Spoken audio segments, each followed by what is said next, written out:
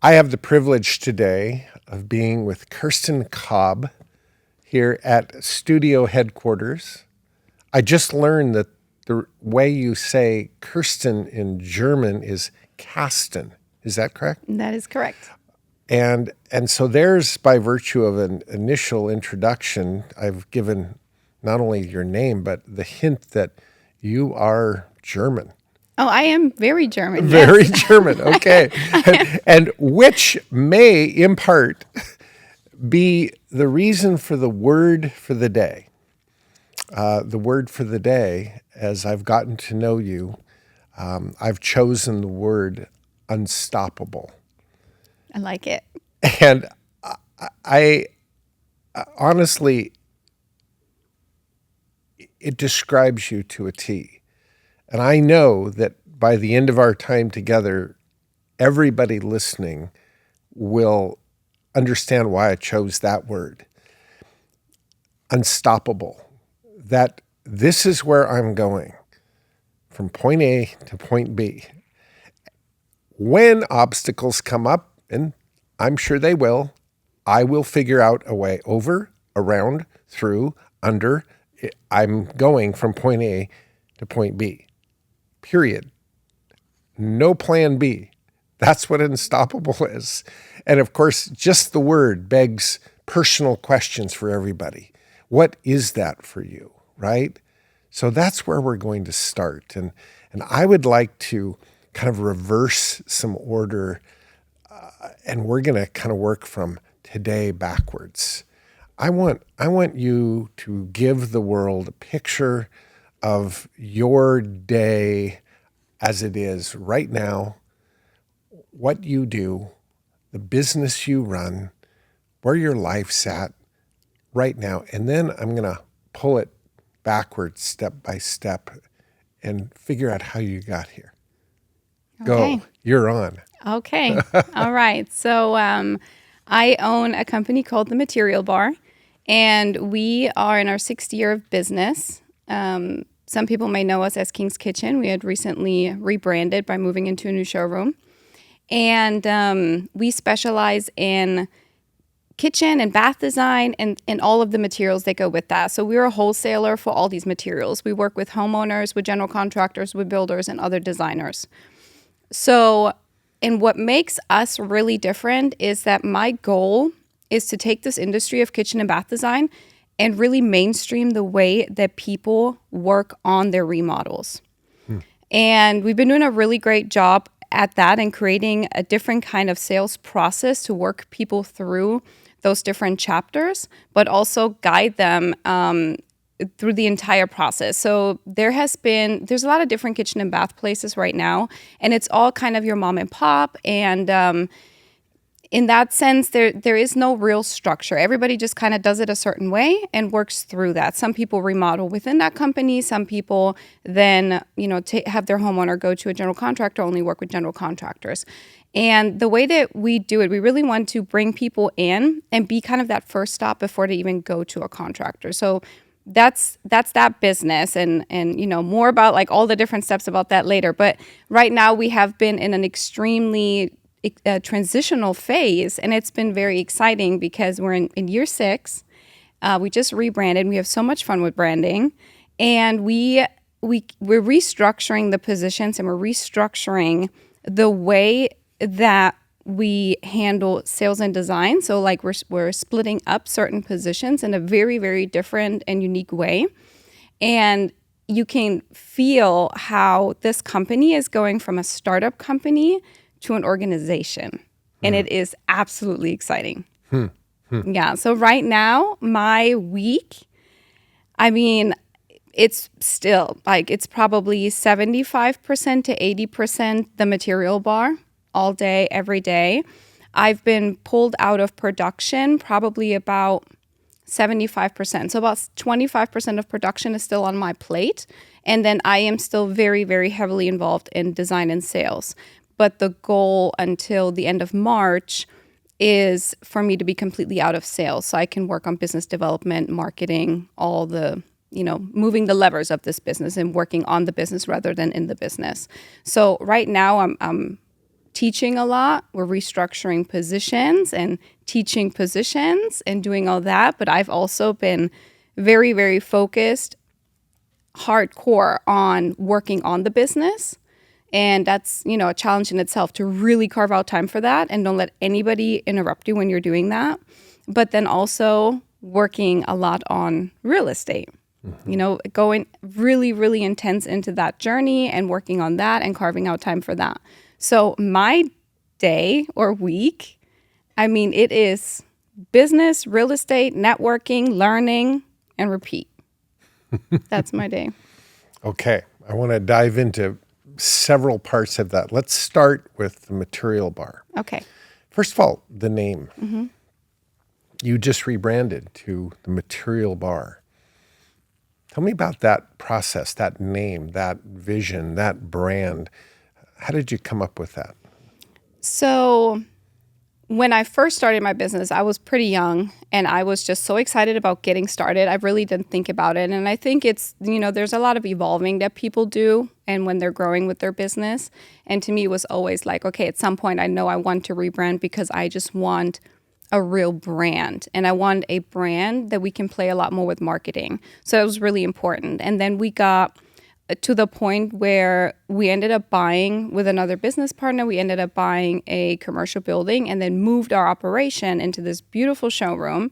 So it was, at that point, we need new business cards, we need new flyers, we need new that, new this. So it was the perfect time to say, okay, now is the time to rebrand. And then it was probably about 3-4 months of intense thinking, brainstorming. I was talking to marketing people and sitting down with different people and what about this, what about that, looking at other businesses. And I know that the intention was, I want people to understand that we are not a remodeler. We focus on all the materials that flow into a kitchen and bath remodel or a full house remodel or a new construction. And the word material is a very common word used in the remodeling industry. You hear it from things on an estimate like material only or material plus labor, things like that. And then, I don't know, it was just, I don't know how it came. It was just one to the other minute. It was like, the material bar. And then I looked online on a couple of places and Instagram and websites and I'm like, how does nobody have that yet? I can't believe it. I'm like, jackpot, that's it. And instantly it felt like it was right. Like instantly there were like all these things that we can play with when it comes to branding and marketing and fun things that we can say and the whole thing for me about this business is I want people to have this great experience and to have fun during this process. And it's just really rewarding to see people have fun. So having a brand that can be fun and young and kind of showcase that was just super important. So it just instantly was like, that's it. I can see, people, calling home, say, well, I'm going to be a little bit late. I'm headed to the bar to get a little work done. Right? So I actually have a fun little slogan that I keep telling to people. It's almost becoming like a little insider. And I tell people, well, every good remodel starts at the bar. And the reason, though, is our bar, the material bar, because people tend to go, oh, okay, I want to remodel my kitchen. Well, let me call my contractor. Okay, well, then the contractor comes over and he's like, okay, well, what do you want to do? And I don't know. And then they start showing the contractor the Pinterest board and like, maybe this, maybe that, maybe this tile.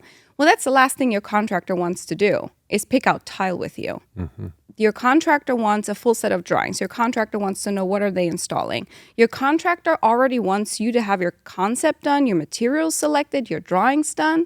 So we are that entire front part of planning and selecting and supplying, which is why I like to say every good remodel starts at the bar. That's a fantastic. I can see that tagline right underneath your main logo brand, That's fantastic.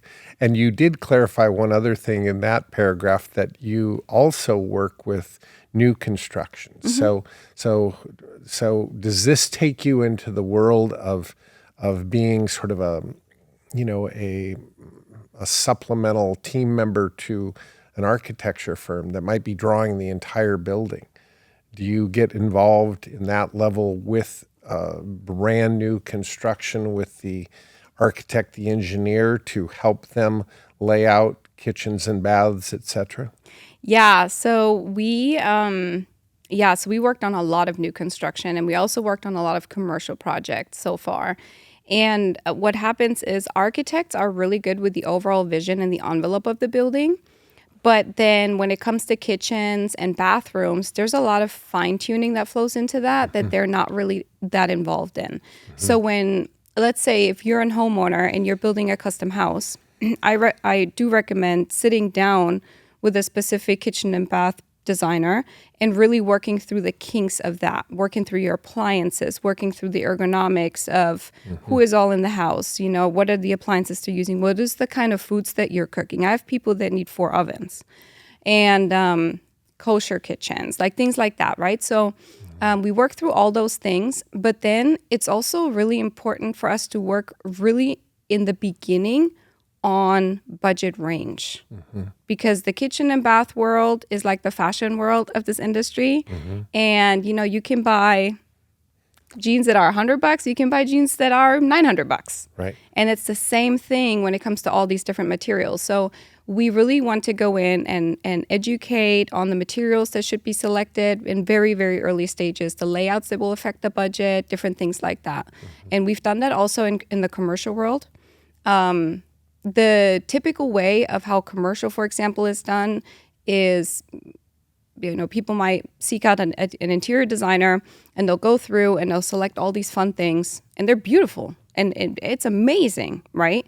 But because they might not be connected that well with the cost of the materials and supplying the materials and understanding, well, picking this is going to cost you double as much on the labor, all of a sudden it's way over budget. So then we've done several projects where we were approached, and then we came in, restructured it a little bit, some tweaks here, some tweaks there, and now we can be within budget. And then we supplied all the materials. Right. And I think it's really interesting too, Kerstin, that you dive in deeply to the construction side of things as well. Because very, very customized, as you well know, kitchens and bathrooms, the construction side, the plumbing, for example, the electrical feeds, the way conduit and wire runs, the cast iron drain lines that may need to be a part of a drain system so they're quiet and you don't hear them, and on and on and on. In really custom, well thought out things, it brings in a set of plans not only for the installer of cabinets and trim and design, but the infrastructure of electrical and plumbing and framing and backing and on and on and on that have to be a part of prior to what everybody sees. It's got to be there. Yeah. I have an enormous appreciation of that after building, very custom home on the water here of Edmonds, that it was just unbelievable what had to be thought out in the wall prior to what you see has to be fed by all these systems correctly, and attachments and bolts and brackets and on and on and on, Yeah. So that's a specialty by itself. And if you're building a custom home and you're talking to this person and you're already done with framing and you've done half of your rough-ins, right, you're late to the party. Exactly. Like you're already late to the party. Right. You're missing out on so much already. Absolutely. That you and me could have worked through. Now we're remodeling new construction. Yeah. Now we're faking it, right? Yeah. How do we put this in because we forgot to do this and that in exactly right. Yeah, so what the architect puts on paper can be revised in terms of, if you want to set your range here or range over there, or you want to change up your appliances, that's not an issue at all. So don't be intimidated by the fact that you don't have to take these drawings necessarily back and get them all revised, okay? So that's what I tell some people. So when I hear that somebody has a plan or is working on a plan, I tell them immediately, let's sit down. Yeah. Immediately. No, I saw things on that home that I've never installed before. A steam oven, for example. Like, oh, so what does this entail? Does it entail obviously a water line to the appliance. Okay, that's interesting. What about a drain line? Does it, I mean, where does it even go? Right? It's not like you do those sorts of things every single day in the world of appliances and coffee makers and all this very, very custom, beautiful, high-end stuff has to have an infrastructure to receive it correctly. Yeah. Right. Yeah, absolutely. That's and then fantastic. To me, so I was born and raised in Germany. So I always think about German construction when I work on American builds. There's so much in the European market that we've done 15, 20 years ago that are just now starting to become somewhat of a normal thing around here, a normal factor. I mean, to me, having heated floors throughout the entire home, that was in the house that I grew up in. That was standard, and that was hydraulic by water being warmed underneath the Radiant laminate flooring. hot water heating. Yep. Yeah, so it's like, those kind of things need to be discussed way early in the stages of construction. Absolutely. Absolutely. Tell me about within the material bar. You are running this business. Tell me the different departments and sort of describe the role of the key employees in each of the departments that you oversee. Well, it all starts with marketing. And we have a part-time gal in marketing who is just absolutely amazing. And I just appreciate her vision so much and the things that she's doing. And she is just going for it because she knows I'm very busy and she'll ask for forgiveness. And I like it. And then I work really closely with her because then I constantly have new ideas too, or we all see things in other kind of industries where we feel like we could use that here for marketing. So we've got marketing, then we have sales and design. Sales and design is run by our designers. And we are now cultivating a drafting department to where we're taking the drafting aspect of 2020 drawings, just architectural drawings. We're taking that away from the actual salesperson because we want just a very, very unique hands-on experience for our clients that our designer is here for them and very dedicated for them and sourcing materials and meeting with them and having time for them to go over all the details, not being stuck drafting. The drafting department is in the background, has no contact with homeowners or clients or anything, does not get interrupted, only has contact with design, and is just hyper-focused on drawing. So we go through the entire stage of sales and design and getting everything figured out. And now we've got everything squared away and everything approved. And that department, the way that I want to be involved is by teaching. So right now I'm still very heavily involved in both aspects, but I want to get completely out of it and just be teaching that team, making them better. And I want them to be, and I feel like the personalities that we have in that team is really fun because it's kind of like that next generation of kitchen and bath design.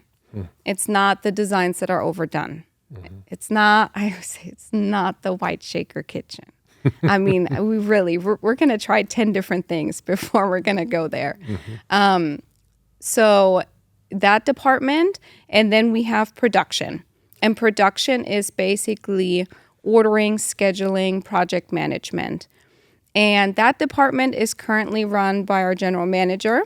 And she was the first step of really, I would say, stepping up and helping taking that business to an organization by taking that part away from my plate. That was the first thing that we did to really change the game for us. Yeah, and then after that, you have HR and all these different things that kind of run simultaneously without the customer walking through the business. And that's currently also run by her, but we did outsource a lot. So we work through the quadrants, and I can get through into that later on too a little bit more. But the EOS system, so we've been working on the quadrants for everything. So everything that we felt is on the lower kind of quadrant, lower right, that we can take away. For example, some more and more bookkeeping, HR, things like that. We just took that away and outsourced it to subcontractors, different companies. And are your key staff members, maybe pulling out sales? Are they W-2 employees? Are they salaried employees, or are they commission-based employees? Our sales and design team is fully commissioned, which we're still toying with the idea of changing that down the road. It's a very traditional way of doing sales and design in this industry. So right now they are fully commissioned. Everybody else in our company is either W-2 or salaried. So we have production. We have 2 people in production because we also have our superintendent that does a lot of site visits just for quality control and things like that. And he's also salaried. So that person, and then our general manager is salaried because it never stops. And me, 24/7. Right. Which, comment on that, because, I'm the devil's advocate. Let's throw that out, that this is the criticism delivered oftentimes to the entrepreneurial world, is that there's no firewall between a personal life and a business life. And what I've just heard, it's like, well, it's kind of one and the same with you. It's very much one and the same with me. I don't know that there's a firewall. It just all kind of falls in a bucket of life. Answer to the critic that says you should be wrapped up by 5 and on to different things in your life with family and rest and recreation and this and that and the other thing. Just how would you answer that? I'm very opinionated about that. Excellent. Because obviously when you start anything, when it comes to business or whatever your vision is, and you start that, the only way to get successful is to be 1,000% committed. And to me, being 1,000% committed means that I eat, breathe, live this every second of my life.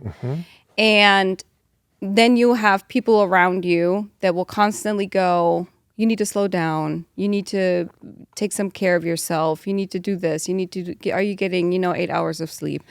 I don't like 8 hours of sleep, okay? I work best when I have about 5 hours of sleep. That's when I thrive. If I have 8 hours of sleep, I feel unproductive and I feel tired.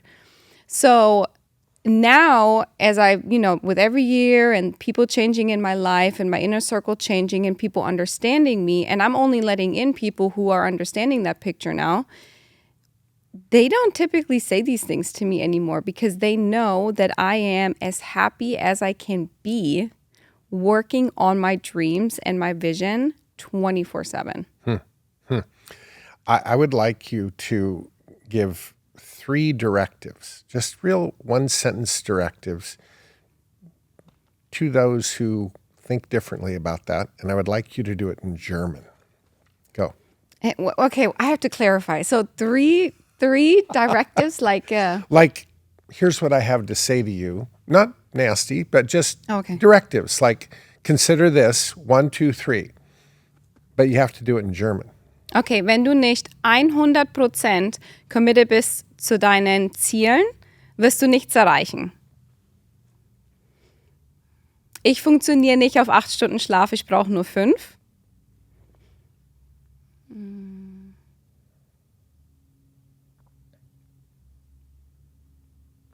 Hold on.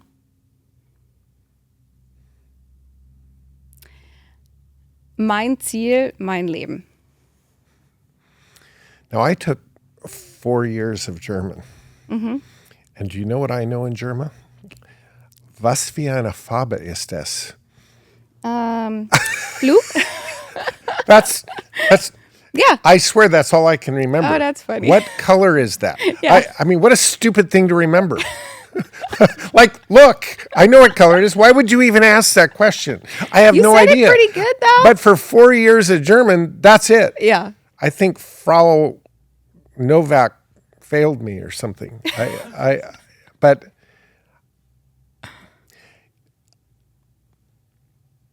when you know what you want, this is what I want. And when you know what you want and you're on task with that, that's when you're happy. Unhappiness comes when you're wandering, not knowing what the hell you want. Yeah. So I really love this little piece. And I love that you said it in German. And Mickey Fluge, that little piece was specifically for you because I know you'll be watching this, and I know you can understand every word she said, and it's to you, brother. Oh, wow. The material bar. I'm loving that. I just think it's absolutely awesome. Couldn't agree more with the process. Extraordinary results take extraordinary planning. They take knowledge of what the options are in the planning, the flow, the look, the design, the quality. When it comes together and it's really right, there's no accidents. I was at a restaurant the other evening and looking at the indirect lighting. Another Lighting is one of huge. the things that I couldn't even get my head around, switching low voltage panels in this house that I built. There were 30 of them, 6 feet tall panel boxes. What is all this? Well, then you look at the indirect lighting everywhere, and the pin lights, and it's like the schematic and planning to create that end result was just unreal. So I love the process of, at the very first part of this thought of whether it's new construction or a big remodel, like step one, CU, get a full detailed, perfect set of plans that then you go from there to, okay, who's going to follow this set of plans to install it, right? Correct. Yeah.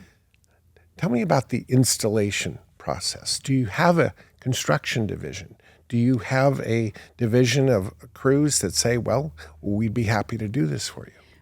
So during COVID, it was extremely difficult to find contractors. I think a lot of people know this, and we went through it. All of a sudden, everybody and their mama was remodeling.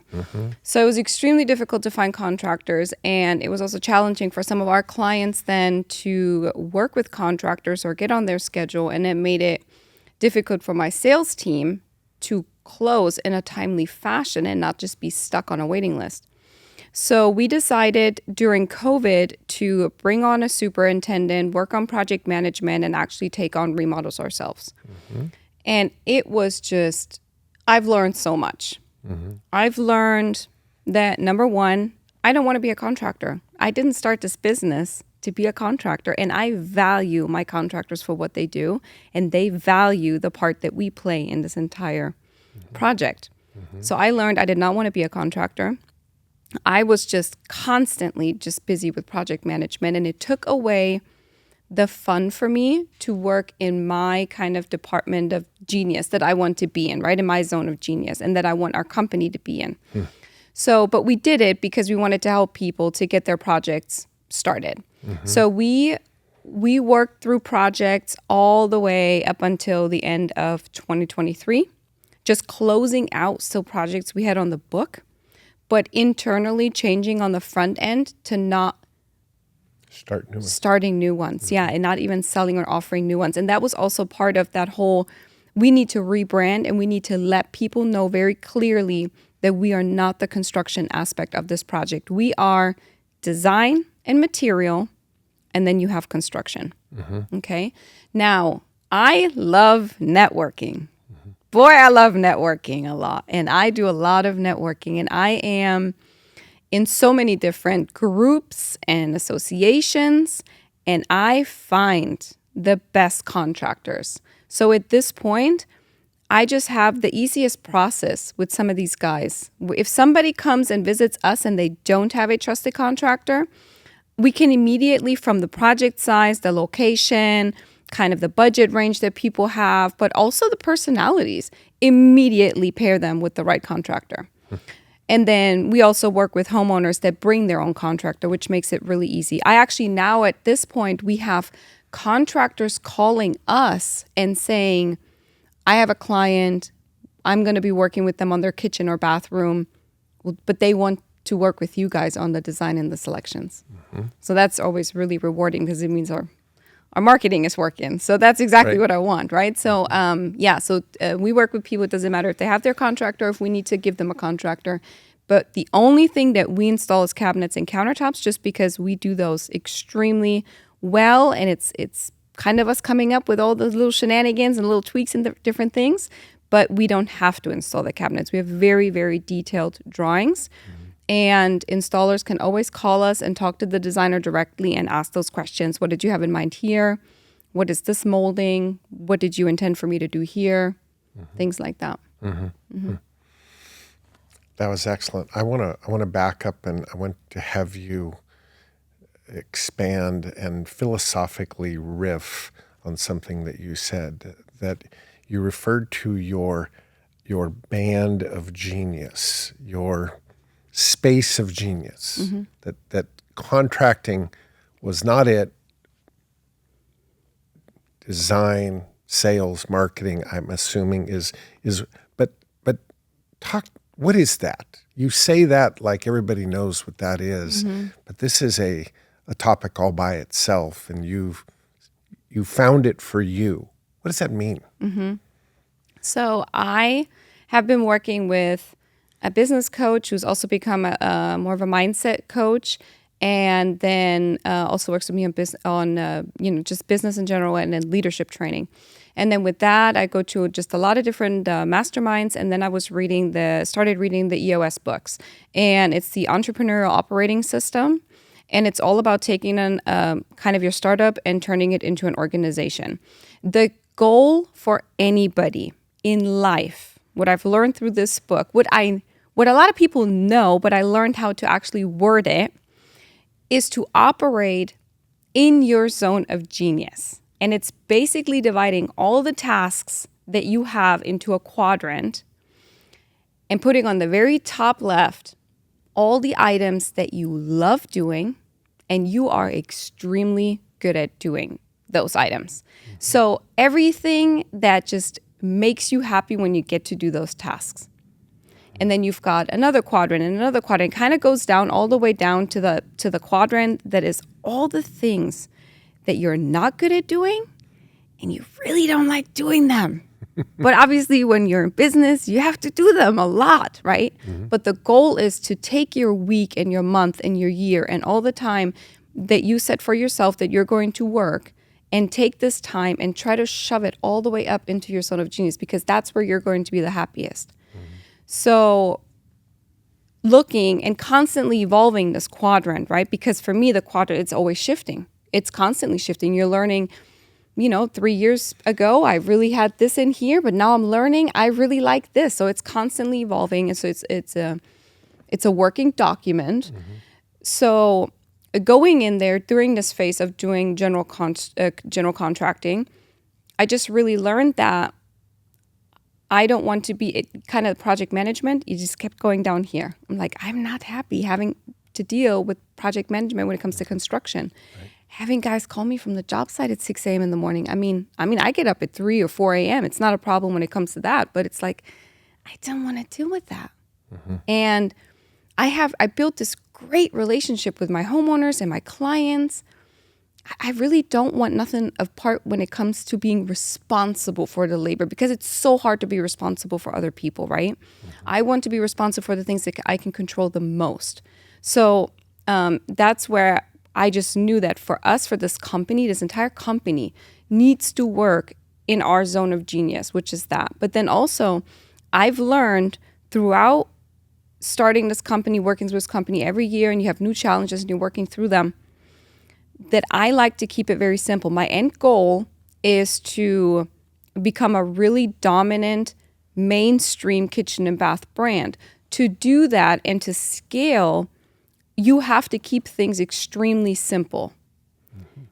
And keep adding on your tasks and adding on construction and adding on this, it just makes it too complicated.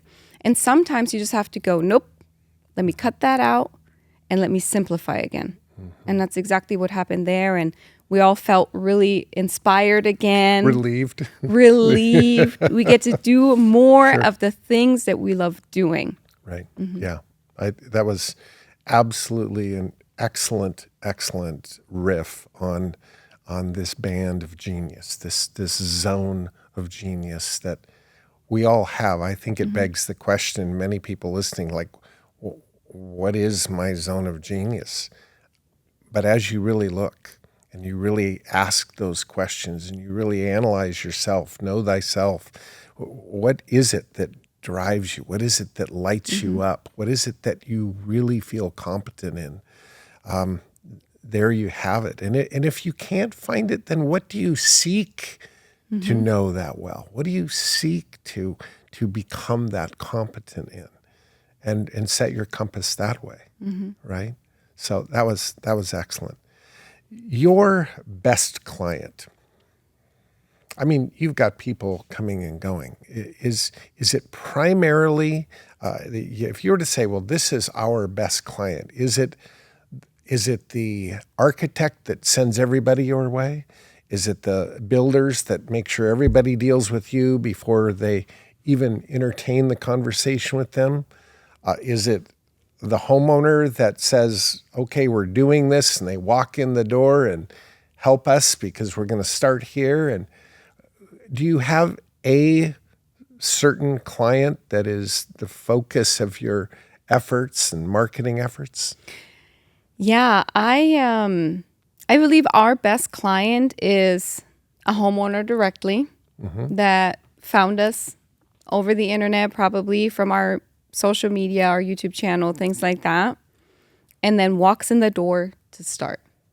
And then they can come with a contractor, they can come without a contractor. If they come without one, I love to give referrals. I really believe in the people that I work with. If they come with a contractor, it gives me the opportunity to build a great new relationship with another contractor. But that is the homeowner that comes fresh. They have not done a remodel in 15, 20 years, and it might have been a smaller scale. They're coming, they want to do their kitchen, maybe their bathroom as well, and they seek knowledge. They want to learn, and they want to hear about all the different options so they can make the best educated decision on where to spend their funds, how to lay out their new kitchen, which appliances to go, and that kind of determines the kitchen layout and all those different things. But they want to be educated. They're not trying to go here to buy their cabinets, and somebody's excited for a minute, but then doesn't help them with the countertops. Then they go over here for the countertops. Then they go over here for the flooring. And they're on this journey by themselves. We're here as a friend to be just as excited during the design concept, the selecting, bringing it all on site, and even the construction, to be there with them and to celebrate that vision coming to life with them. Somebody that I can really, really share that emotion with. I can honestly see where that is something that lights you up. And I imagine, Kerstin, there's been more than one open house of the new kitchen being unveiled to the world, and you're invited to have a glass of wine with this homeowner that is now done with their kitchen. You know, that I joked that there was a lady, she was so sweet. Oh my God, she was so sweet. And she cried. I joke, well, I made her cry 3 times. I did, but no, it wasn't because of anything bad. She was so happy. Yeah. She was so excited about this kitchen.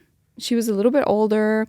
She cried throughout the whole process 3 times, but because of joy, and also because she felt like she could put it all out there, all her fears of what's going wrong, what could go wrong, that she really wanted these certain colors and she didn't want to be judged by anyone, that she wanted a green kitchen, but we're going to give you the best dang green kitchen that you can get, So she just had so much fun throughout the entire process. She cried 3 times. I love it. We're about to take her final pictures. That is awesome.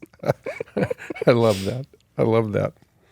So we've talked a bit about this genius thing and what you're drawn to and what you're good at. And And in doing that, the lower right quadrant of what you've decided isn't your best skill set.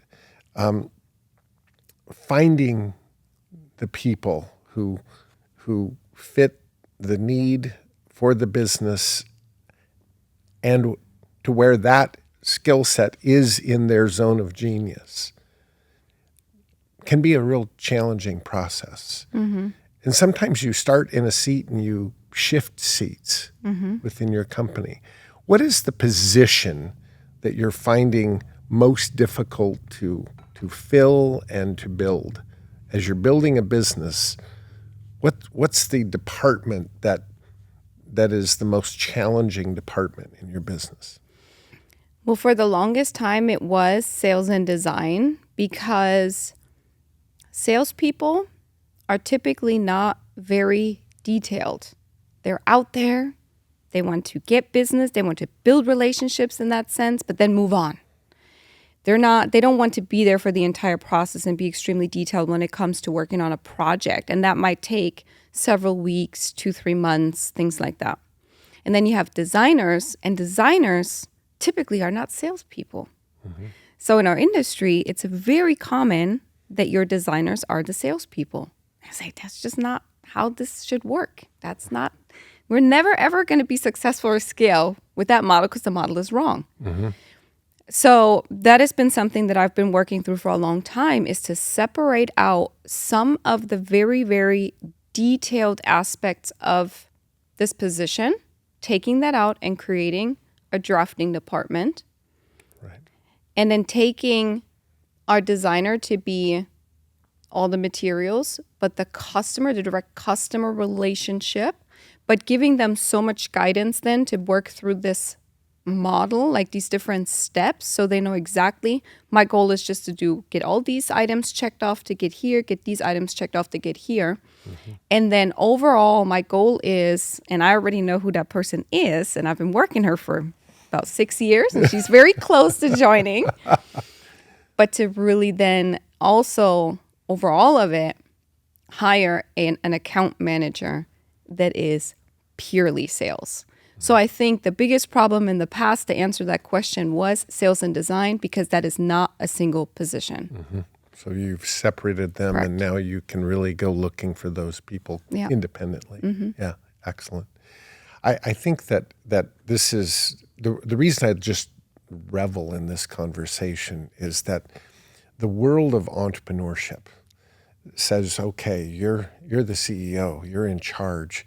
You're in charge of the business, every bit of it. Whether you know anything about that department or not, you're still in charge to be finding people mm-hmm. that are unbelievably qualified and passionate about mm-hmm. it, that it is in their zone of genius, that it's what they live for. And there's no way to scale your business if you try to do these things, of course, yourself, mm-hmm. right? Mm. And yet finding the right people is so critical, so critical. And it's probably the hardest part. When you talk to other business owners right now, mm-hmm. I mean, that's the biggest challenge that everybody's facing, right? Is finding the right people. I would contend, though, that one of your superpowers is back to this unstoppable. Part of being unstoppable is this enthusiasm mm-hmm. that you resonate. People want to be around passion. They want to be around somebody and something that is absolutely going places, mm-hmm. right? Who wants to just get on a train that goes 1 mile an hour? Mm-hmm. You know, that doesn't sound fun to anybody. But mm-hmm. to be around energy and passion and vision. So the leadership, you mentioned that you're studying leadership. Mm-hmm. You know, being a leader is about believing in what you're doing. Yeah.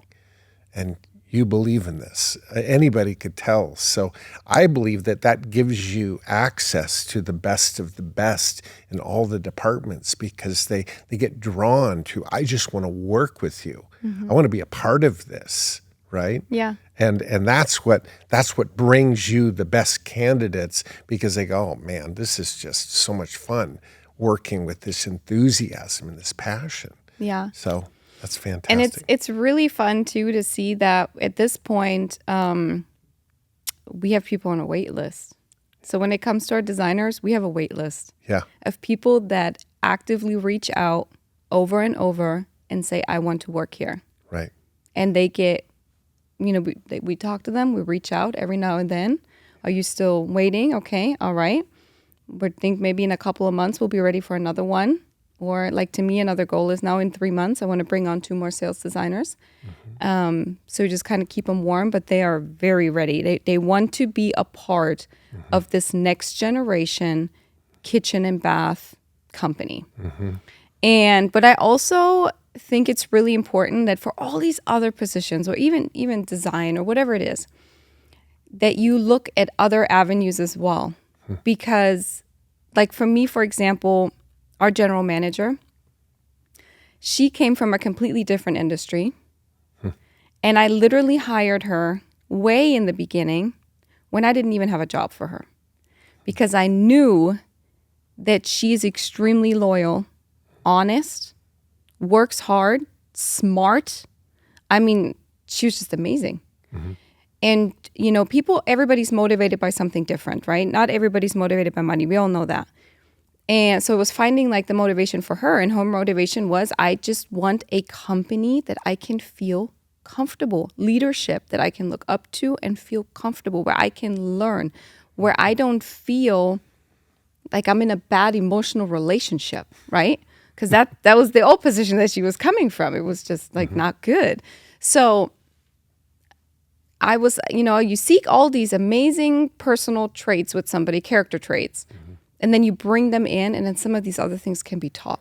But it's the personality that you're looking for. I could not agree more. Yeah. Yeah, I get asked all the time because this Ryan has been with me forever, right? And everybody that knows me knows Ryan. And, how do I find a Ryan? It sounds like a movie title, Finding Private Ryan, right? and I say, it's exactly what you just said. I said, what drew me to Ryan was who he is. Who he is in terms of loyalty and honesty and work ethic and no ego at all and whatever it takes and that he's smart. So, okay, now we're going to learn these things and you're going to become an expert on these things. You're going to become more of an expert than I'll ever be in this department. And I want to support that because we need you to know this and this and this and this and this and this. And now I swear I work for Ryan because, he runs all the departments. And yet I do get to reserve that. I almost have a hard time saying zone of genius. I don't think I'm a genius in anything, but I do get to reserve those things that I'm passionate about and that I want to do well at. But hiring for who you are versus some resume that says, oh, I've done QuickBooks, I've done this, I've done that. It's like, oh my God, who cares? I want to know who you are. And then from there, if you're smart, these things can be learned. And so I'm with you on that.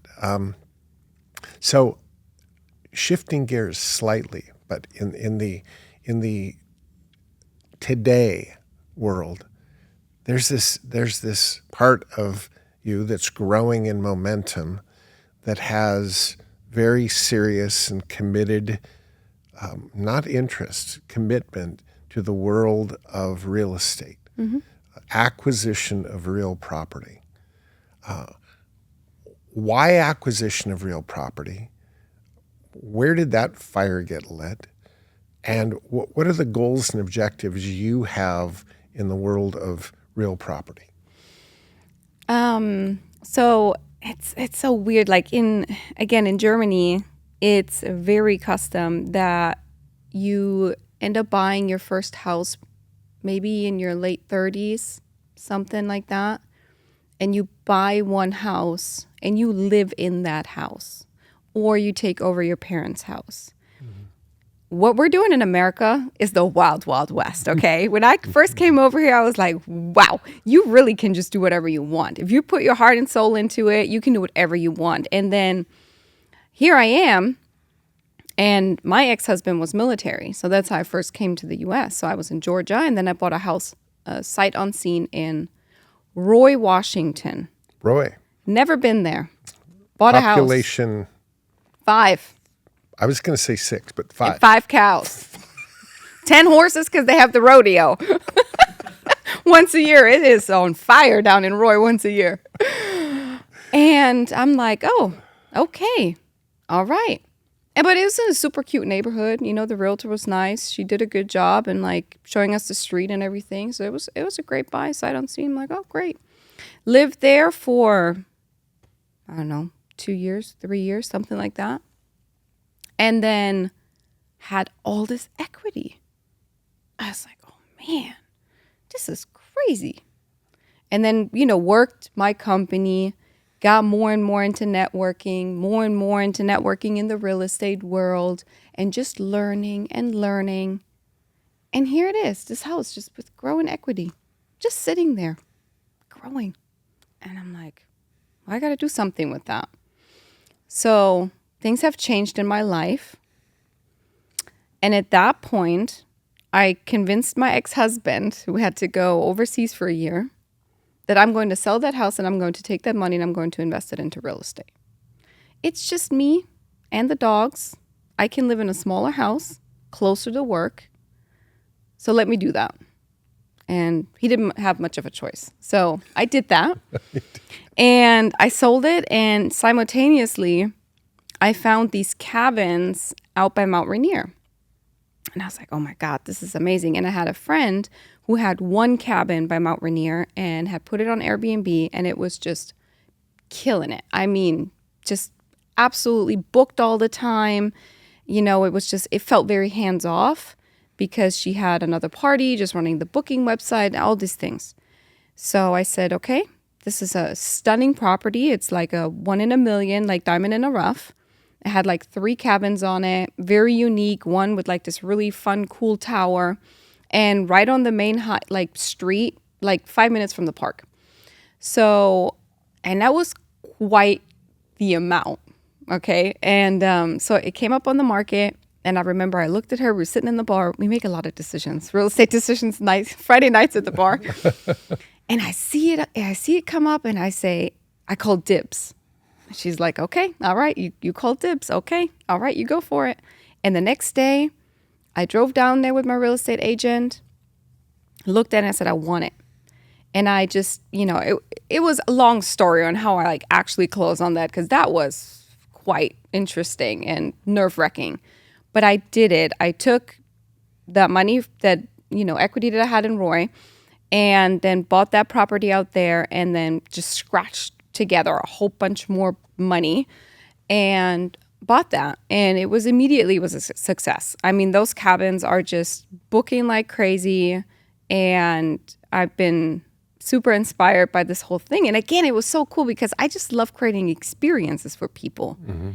And it was really fun to see people coming from all around the world. I mean, I had people from Italy staying there. I had a lady from Italy with her husband, maybe in their 50s, coming for 1 week to visit Mount Rainier.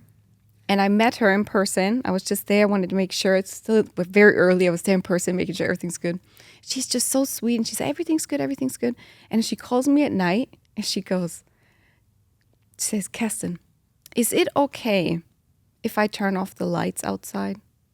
I said, absolutely, go for it. Because, you know, them Europeans, they want to save electricity. And I had the string lights on outside because it gets really dark out there. So she constantly turned off the lights. I was laughing about that. But they called me afterwards when they were on their way out, and they were just so excited about the place. Right. So it was really cool to see how successful that was. And then we've done some flips, me and my business partner, throughout that whole time before and after. And it just kept growing, right? Like this need of wanting to learn and the possibilities. And then you meet people and you hear and you read stories, and you know, like there's this whole other world that I want to dive into and really get to know more. And then by accident, I wouldn't say by accident, but we kind of ended up doing seller financing on that commercial building that we bought. And somehow then fell into meeting you and understanding there's this whole other side of acquisition and private acquisition.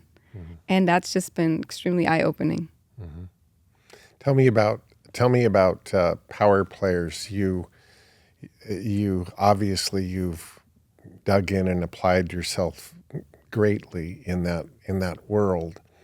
How is that perspective of deal structuring and toolbox? How is it focusing your real estate pursuits right now?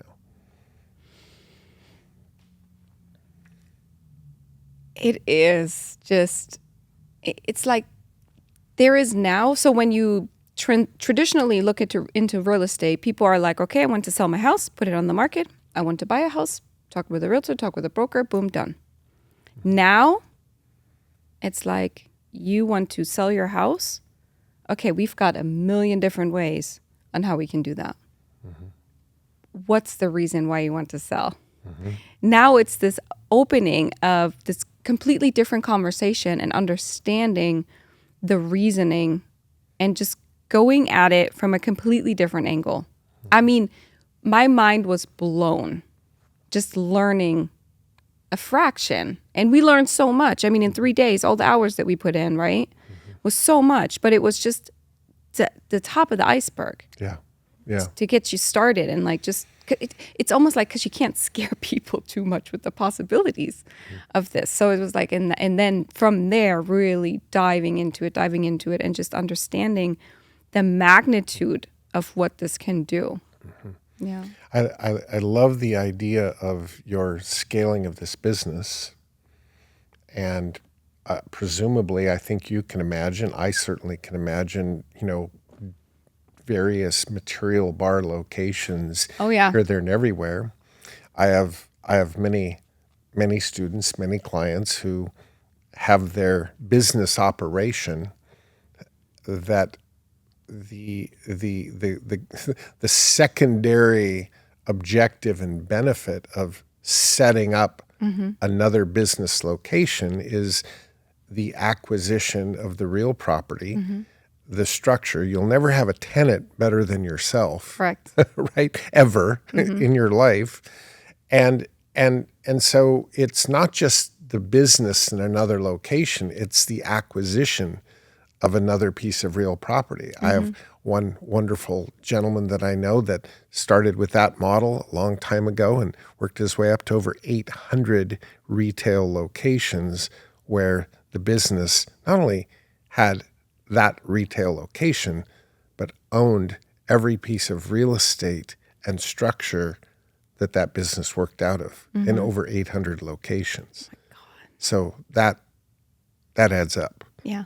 And where the business can aggressively, if part of the business model, pay down the principal of that particular piece of land and structure to where it creates this unbelievable asset, not just as the business grows, but in the real property itself. And arguably, the real property runs sometimes ahead of the value of the business. It's that soundbite from, the documentary on the growth of McDonald's that at a point it was like, this isn't a hamburger place. This is a real estate play.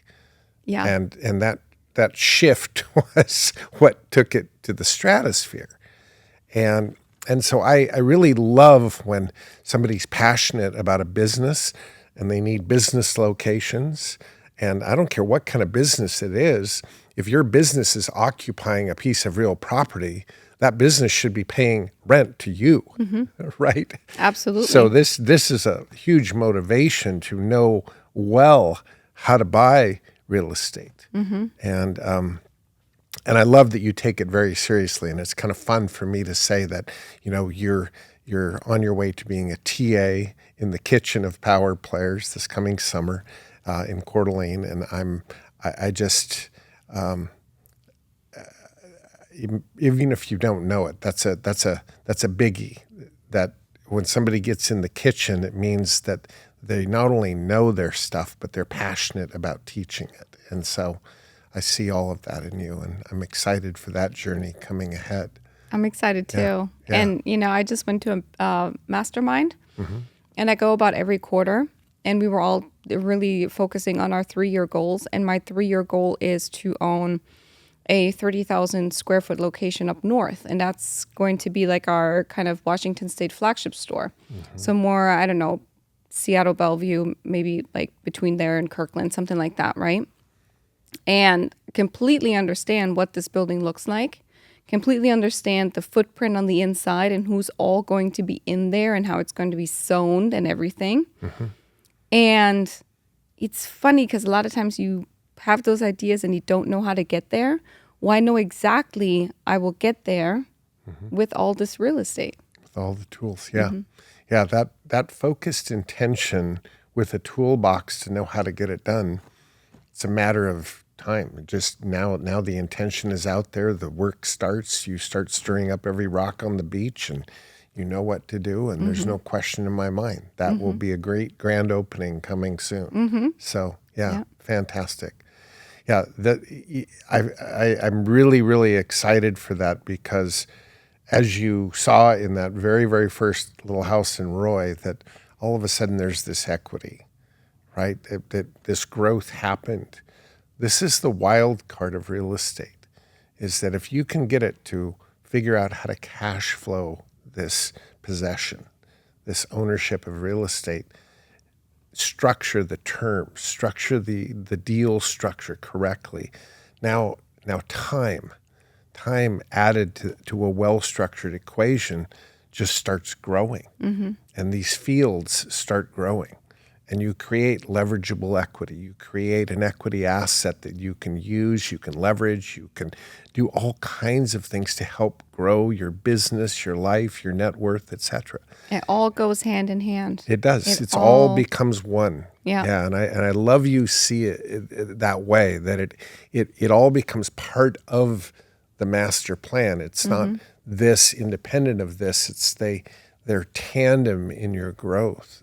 And I love how the material bar, when I buy a flip or I buy a piece of property or whatever it is, I have to do any kind of work, it just runs through my company as a project.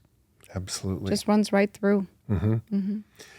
Think about, let's start with one of your fellow power players who's the only other power player I know that speaks fluent German, but spending a lot of time with he and his wife in the Carolinas. They have a business, a retail franchise, a service business that takes commercial space. And so the latest effort of time spent there is, as they're growing the number of these franchise spaces that take up a couple thousand feet in a building, that the focus is now, okay, the acquisition of strip malls, the acquisition and or development of small strip malls, to where, okay, when it's done, they build out the corner space for themselves, and then they lease up the rest. Yeah. And so again, another way of I think they have 9 of these now, of these retail outlets.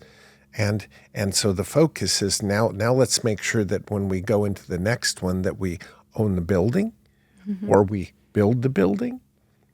Again, no tenant better than yourself. So it's really going to be fun marrying these two and watching your growth. And it is from you talk about it a lot in terms of having your relationships with your banker and things like that, right? Well, I've built my business banking relationship for the past 6 years.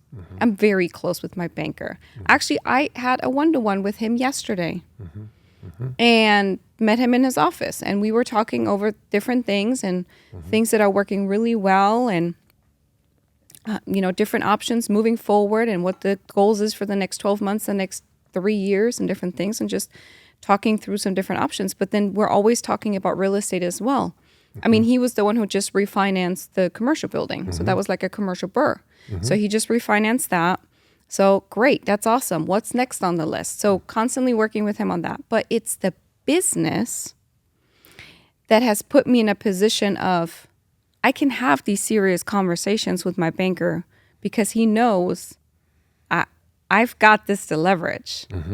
So it just makes it so much more, I would say, almost easier if you have some kind of business or something that goes somewhat in the realm of with real estate. It just makes it like a extra fire. Yeah, absolutely. And plus from a pure, looking at the cash flow. Yeah. The general net worth of your life is a lot about cash flow. And, so many different businesses, that's the first thing anyone analyzes. Bankers on the list is, okay, what kind of volume of business money is moving through the business that gives them a sense of security in involving themselves with you, because you have capital to work with. It's consistent flow of money coming through. So absolutely.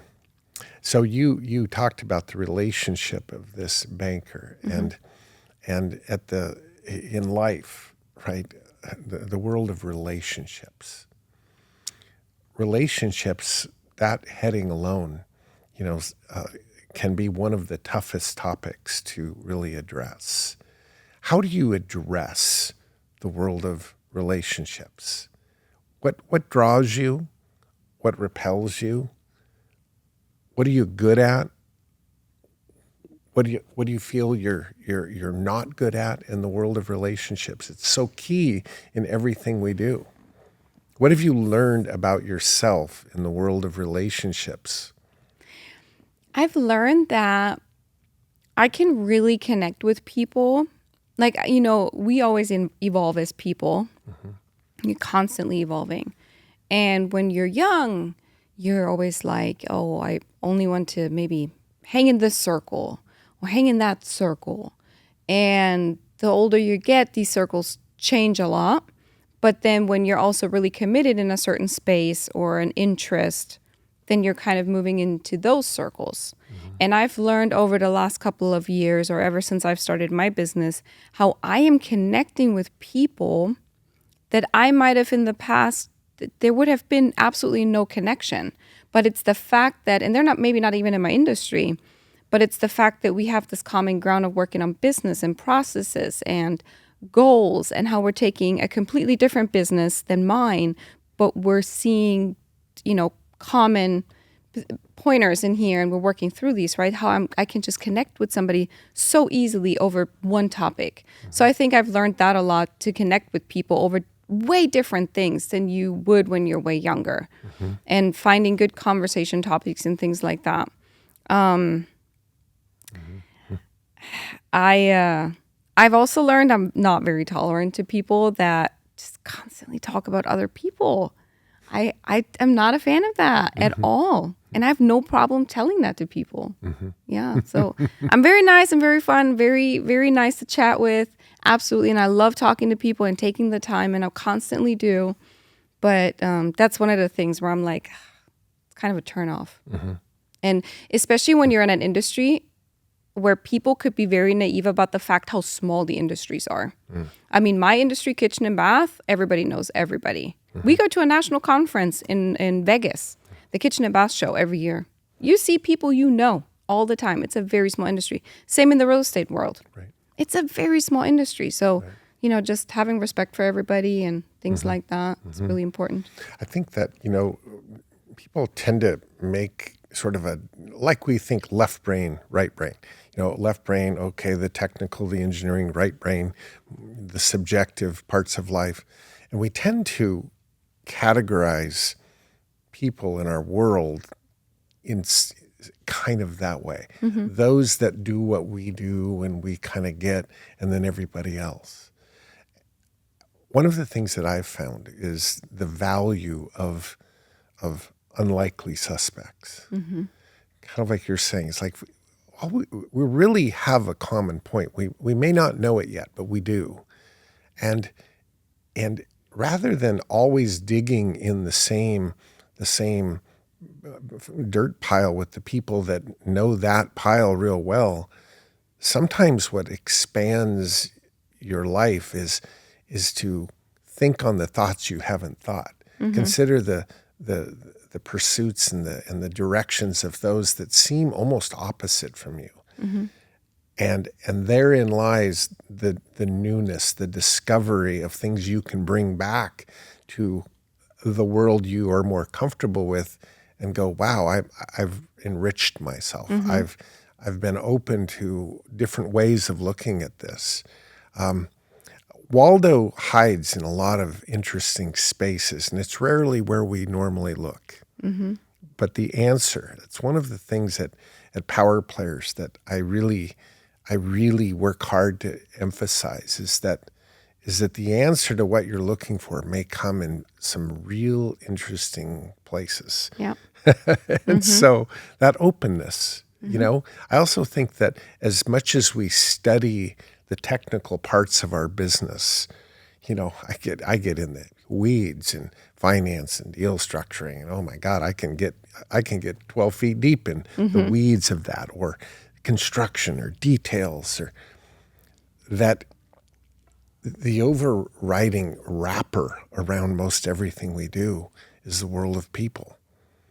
And in that world, relationships, and knowing that and majoring in that and understanding how that works should be as much a pursuit as the latest PEX tubing that's working well inside the walls of bathrooms. And it's everywhere. Yeah. It's all relationship. It's all relationship. It is. We even say it at work, like, instead of sending an email and asking a question, you could get it, number one, you could get it done 10 times faster just picking up the phone, talking to somebody. Right. But now you're also building your relationship with that supplier. Absolutely. Or you're building that relationship with that contractor, with that homeowner. Yep. And, even for me, like, I have a lot of different suppliers, right?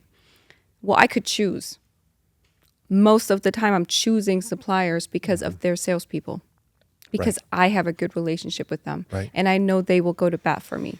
I would contend that that's one of the biggest reasons, Kerstin, that your company is growing and growing aggressively, is that you probably 3 or 4 nights a week, you are at some meeting, whether it be the master builders meeting or real estate related meeting or a supplier convention, or that you are there, physically there, pressing in. Right? I think that was the first time I met you. I was at a real estate investment group supporting Jesse and Patrick. We're talking. And I was there last night. Were you there last night? Well, I was there supporting 2 great power players as they were presenting that night. And another power player, Brian, comes walking up he's like got you by the arm, walks you up to me and says, "You two need to know each other." And then he walked away. That was really funny. Typical Brian Blessing, but there you were, and it wasn't some virtual connection. It wasn't some email or introduction by text, no, it was face to face, and significant headway immediately in, like, who are you? What are you about? Why are you here? It all got real fast, especially with that kind of introduction. Yeah. But I think it sounds old school, but you do old school in a young person. And to me, there's such opportunity with that if people could grasp that this is the center of everything, and as good as you can get and as open as you can get around doing this well, which...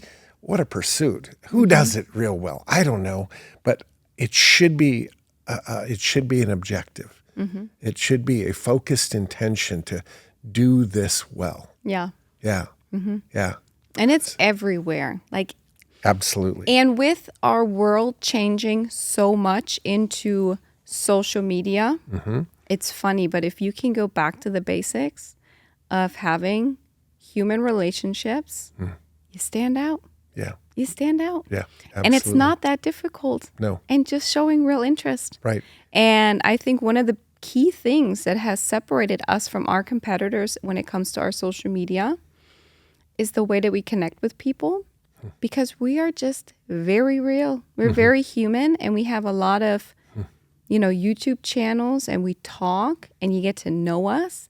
So we're building a relationship with you before I've ever even met you. Right. When you walk into our showroom, you already know us.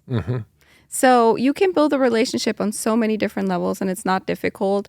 And like I said, with everything changing, I think if you can focus on those basics again, Yeah. you can do anything. There's a couple, and they're an amazing couple. So I only have accolades, but Joseph and Randy Brazen is their name. And they're extremely, extremely successful entrepreneurs in Bellevue. They have a beautiful family. They've raised beautiful kids. They own restaurants. They run real estate brokerages. They're an incredible family. Very briefly, I met them 20 years ago. Just like in out at the Washington Athletic Club at a function. Haven't personally seen them since. But because I'm friends of theirs, I every time I see, I just want to look at the family and then the kids are having kids and I feel like we're opening a new restaurant, we're doing this, we're doing that. All just social media allowing me to just keep kind of a progression of their life. About a week and a half ago, I went in for a meeting in a restaurant, and there they were, sitting right there. And I felt like I knew them, although I didn't really know them. But I'd met them once, and I felt like I knew them. And I just came up behind them. They're just sitting there together, and I said, I feel like I know you. I've met you once, you probably don't remember, 20 years ago, but I've followed you. And you are one of the most inspirational couples in the Northwest. You're just a model. Together, as a family, your businesses, I just admire you. And I don't really know you, but I feel like I do know you. So I just wanted to know you in person. Nice. And they were extremely gracious and receptive. And but isn't that interesting that pregame show of knowing They're building a relationship with you. They are 24/7. They are, and I could feel that. I felt like, wow, it's you again. Like I know you. Yeah. But I think that you're doing that right by letting people really see the real you. This isn't some photoshopped no, it's you guys, and you're talking about your business, and you're there in your showroom, and you're walking people through things, and you're laughing together, and they can see you work well together, and like, who wouldn't want to be a part of that? That's awesome. Yeah, it's really awesome. That's fantastic. I'm going to make you now go way back. That this drive, we're now going to surround this unstoppable word. Somewhere, somehow, there was a hard drive that was programmed. There were influences that their influence took root. Tell me about the formation of your values, your belief systems, your parents, your raising. Walk me through some of that. When I throw that bucket out there, it's a big bucket. It's got a lot in it. Tell me about you from the beginnings of you. Okay, so I was born and raised in Germany, Bavaria, best part in the south, outside of Ansbach. And my mom was actually American. She's American, ex-military, from a small town, New York upstate, and then got stationed in Germany. And, she just joined the military at 18. She was bored one day, joined the military, got stationed in Germany. Was like, oh, man, this is awesome. So she was just, got stationed in Germany. And back then, they were really connecting the German Army, Bundeswehr, and the American Army a lot. They were doing day trips together and doing different things. So then one day she won this day trip, and she met my dad, and he was a German soldier for the Bundeswehr. So they met, they hung out, and long story short, they got married. And she left the military. And then after she got pregnant, she asked him to also leave the military so they can just build a life together. And he was a pilot, rescue pilot. And so he then left the military, and he was an entrepreneur. So he was building houses. He was a custom home builder. I remember he was also doing a business because he had bought the equipment for himself, but then he was renting it out. I think it's called stackling in English. Is it? The equipment you build for high rises on the scaffolding. Scaffolding, yes. Okay. Mm-hmm. So we had that all over the place, like all this big equipment and machines everywhere. And so he was building custom homes. He was doing that. It seemed like we were always on the job site. And German construction is just so different. It just smells so different. And but he was sick. So when I was growing up, we were always told he was sick. And, don't fight with your dad. He's sick. Enjoy everything and, enjoy the time you have with your dad. He's sick. So it ended up being he had a brain tumor, and he got operated a few times. But when I was 9 years old, and my younger sister then was 2 years younger than me, he passed away. So at that point, we're living in Germany. I'm 9, my younger sister is 6-ish, 7. And we had not really family over there because the German side of our family, a lot of them also went to the U.S. And it was a rather small family, and then some of them were moving to different countries. So we have some in the U.S., some in different countries, just 1 or 2 really in Germany. And none of my American family is there. We used to visit them once a year. We would go to America for the summer for 6 weeks and went and visited the Wild Wild West and then came back home to normal good old Germany. But we were really kind of just by ourselves. And we developed this amazing relationship with our neighbors who are we just visited them. My friends and me, when we went to Germany, we actually just visited them, the Apple family. And what did my one friend say? She said, they're a God's gift or something like that. She put it so nicely, right? And they really are. They were like our family, and they were just amazing, and they were there to help us through this phase, right?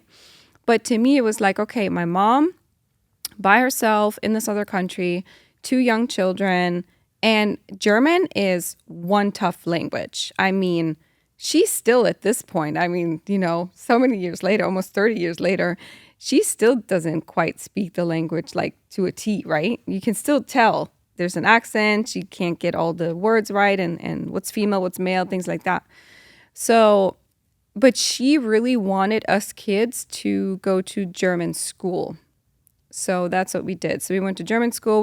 We graduated there, went to college there. And then my goal, though, because we had American family, was always to come and live in the U.S. at some point. So we have dual citizenships. So it was fine. So I didn't have to get married to come over here. My plan was always to come over here. It just so happened that I actually ended up meeting a U.S. soldier then in Germany, kind of like the reverse way, and then came to the United States. But yeah, when we were growing up, it was, it was really about hard work. We weren't giving anything.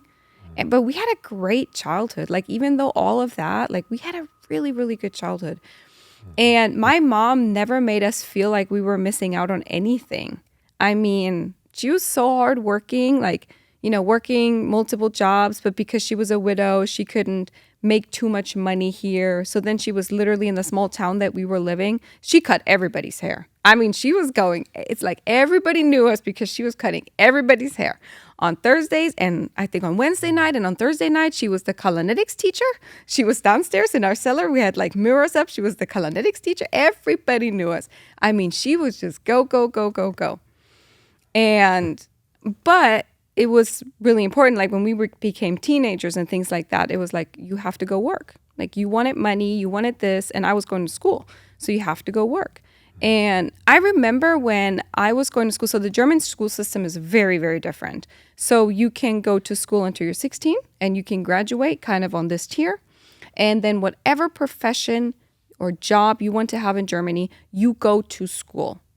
And you could be the cleaner. It doesn't matter. The janitor. You go and you learn a profession with that job. So you typically go start work at a company as an apprentice, and you also go to school 2-3 days a week. And it goes for 2-3 years. And then after that, that company typically hires you on full time and you make a little bit more money. And so you can leave school with 16 and you can go the apprentice route. You can go up until you're like 17, 18, and that's kind of like that medium kind of school. Or you can go until you're like 18, 19, and then you can go to university. So you have to go to gymnasium to be able to go to university.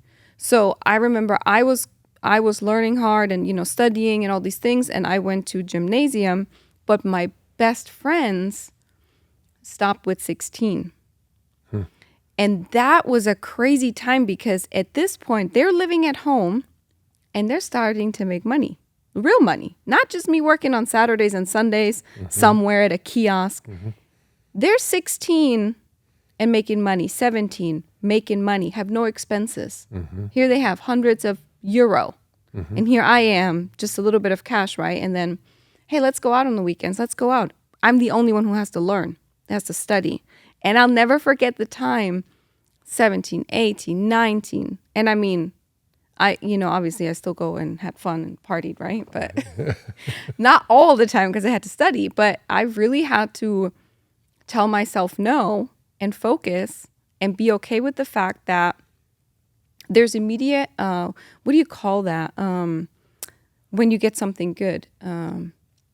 Immediate feedback? No, there's like immediate, not graduation, like when you can have immediate. Like advancement? Yeah, like something immediate, or you're okay with waiting and it's going to be better later on. Oh, Okay, right. So they were having like immediate returns, right? Because they're right now making money.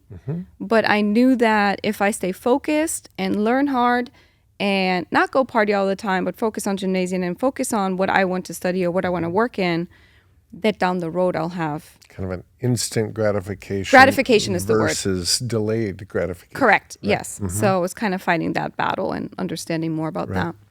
And so you went from that 19-year-old into the university. What did you study in the university? So it wasn't like the real university. It was actually also a different kind of program where you go work and you go study. I see.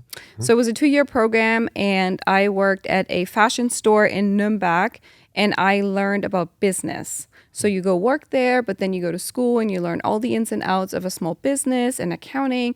And, it's so different, too, because when I'm in gymnasium in school and I'm going to 11th, like it even starts, I think, with 9th grade, 10th grade, 11th grade, 12th grade. Like, you already get separated in the field that you want to go to. Is it social studies? Is it economics? Is it like math and engineering? So I go towards business. So I'm already in 9th grade learning about, bookkeeping, accounting, all these things, right? So then when you go into university or you're going into your profession with school like university, you're so much more advanced already, and you're very, very dedicated and specific in that space. Right. So it was kind of crazy when I came to America then, and then I was doing college here. I was actually working on an associate's degree, I think it's called, in America for kitchen and bath design. And I was taking classes like English, and I did not understand why. That's a total waste of my time. I'm like, why am I taking English classes, Right. I mean, I had English in Germany starting in 5th grade. So that was kind of crazy to see the two different worlds there, how much more in-depth it was where I came from. But it was really interesting to learn about the world of business, and it started in the world of fashion. And I always knew that I really, really enjoyed business. And yet the fashion design aspect of fashion certainly is transferred into your design skills and this business that you're running right now. Yeah, it kind of just flowed in there. Yeah. And the whole aspect of branding and building a brand that is attractive to people and kind of entices people to come and want to be a part of you. And that's what they were building over there, and I'll never forget that. And I even use it now a lot, and I talk about it a lot. My brain is running in 100 directions right now, but one of the my brother's been the CEO of some big companies, and one of the companies he was with for a long time, kind of their route to the top, they really encouraged and looked for people who had marketing talents. And so they would want you to make a stop by and presumably direct the marketing and advertising department en route to your hopes of being the CEO or the COO. This was a necessary function. And I think it's really interesting how some of the company, the basics that you would have to know that you started learning back here in 9th, 10th, 11th grade are marketing, sales, and how do you present yourself and your product and your business to the world.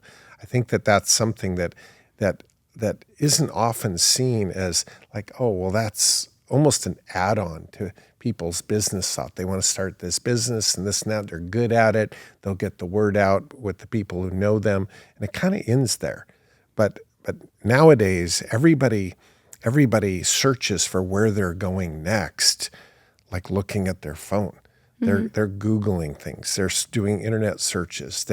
And so the storefront of anything that you're doing starts there. It's almost disturbing to me how much it starts there. You does. Walk the corridor in the Denver airport, 70 gates from one end to the other, and you look at how many people are looking at their phone.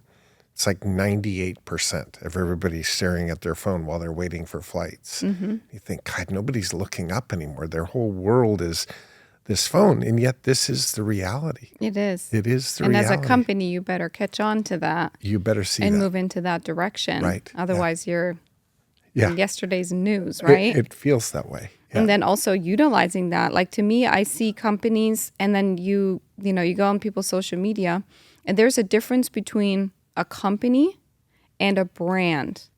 And that is a huge difference. And you can see social media platforms or like their social media footprint, right? And then you have these small businesses and obviously social media, marketing, that is a whole job in itself. And I think sometimes small businesses don't pay, a lot of times small businesses don't pay a lot of attention to that. There's no funds for that. There's no whatever for that. But it should be something taken very, very serious because it builds your brand. And when you have a small business and you look on their social footprint and they're just, for example, posting something to post something every day, small businesses do that. You might as well don't post anything. And then you have companies where you can see they're getting traction. They've got some social media accounts that are growing. They've got some things that are going viral that are more views than average because they're on the right track to building a brand. And that is what sets your image, and that is what sets the experience that people have and what they feel when they look at you as a company. And I think that's what really sets someone apart. This is the part of this business, and I don't mean the real estate business. I mean being an entrepreneur in business. I think why it has kept my attention coming up on 48 years. I don't want to timestamp this, but that's how long I've been at it to date. Still going. Is the evolutionary aspect of it. It's dynamic. It changes. It grows. And there's no ceiling to it. You can become a student of this and you never stop learning. I've had two passions, one running this business all these years and the other is aviation. And I think in aviation, and it can start with the little 172 Cessna in calm weather flying around the airport. And then, of course, there's the space shuttle. And they're both airplanes. And yet the competence and the complexity and the knowledge between one and another is a million miles apart. Yeah. It's just you just never quit growing and learning. And I think that is at the core of what a true entrepreneur is that growth is the objective. It's the measurable objective. Are we getting anywhere here? Are we developing? Are we growing? Are we up with the times? What do I need to know to improve and grow? But isn't that the question that we all should be asking about life? Really? Yeah. You know? Isn't that what the unstoppable people do? Constantly evolving Constantly evolving. in everything that you're doing. In everything. Yeah. Well, I absolutely am just taken by our time together. I mean, I literally could sit here all day long, and your energy and your focus is just infectious. I absolutely love this. And how do you put a bow on this? Well, it was decided how it was going to begin, but that very, very question, I'm going to let you put a bow on the end with this question about that word. Here's this blender, and the ingredients in the blender, all working together, add up to this idea of being unstoppable. What are the ingredients in the blender? What makes you unstoppable? And I want to put it out there as a challenge for people to consider these ingredients. Do you have these ingredients such that your outgo, your results, your life is an unstoppable life? What are those ingredients? Tenacity. There's one. Absolutely. I almost wouldn't say motivation. I think a extremely strong inner drive to get, and reach all of your goals. And I think that driving kind of then creates motivation in different forms. What about being passionate about your undertaking every day? Yeah, absolutely. Very passionate. And I also think in business, there's two people. There's the integrator and then there's the visionary. And for me, it's a vision. So being true to your vision and focusing on your visions and having somewhat of habits to keep working on your vision and keep seeing it, and also motivates you. So being okay and true to your vision. I think one that comes to mind is a sense of urgency, the value of time. When I think of unstoppable, they're on task. They're not wasting a minute. Yeah. Right? I mean, I got a text from you this morning saying, okay, I know we're doing this morning. I've got it marked down, but exactly what time are you wanting to start? And it was like, I don't want to be here at 9:30 and sit around till 10:30. I know, I had work to do. Right. And I read this and I smiled because I respect that sense of, if I'm going to be here by a certain time, we're going to get going. I'm here to do this. We're going to do it. And then I'm going to schedule the next thing on top of that. Yeah, right. That's funny. Yeah. I think that when you're that focused, it gets that way. You have this appreciation for the unforgiving minute. That's part of being unstoppable, is valuing time. That this is my window to create something important, and I'm on task. Yeah. Well, I think that this is the perfect way to just put a bow on this, is just asking that question, that if you're unstoppable, focus on why that is. And if you're not feeling unstoppable, it really begs a lot of questions about yourself. I think you can go from unmotivated, without direction, to completely motivated with focus and direction, I believe that change can happen. I've seen it happen in people. And I think that yours is the right way to live, the better way to live. Know what you want and truly dedicate and go for it. Mm-hmm. So thank you so much for this time. Thank I you. look for every moment ahead. It's going to be fun watching you in the kitchen of Power Players. I don't know that everybody's going to be ready for that, but I'm going to be excited to watch you crack the whip. Yeah, I'm excited. It's going to be great. Congratulations with your business. Thank you. Yeah. And for all of you listening, again, what a privilege to be with you. Until next time on this wonderful opportunity, this podcast, Greg Pinneo. We'll see you next time. God bless.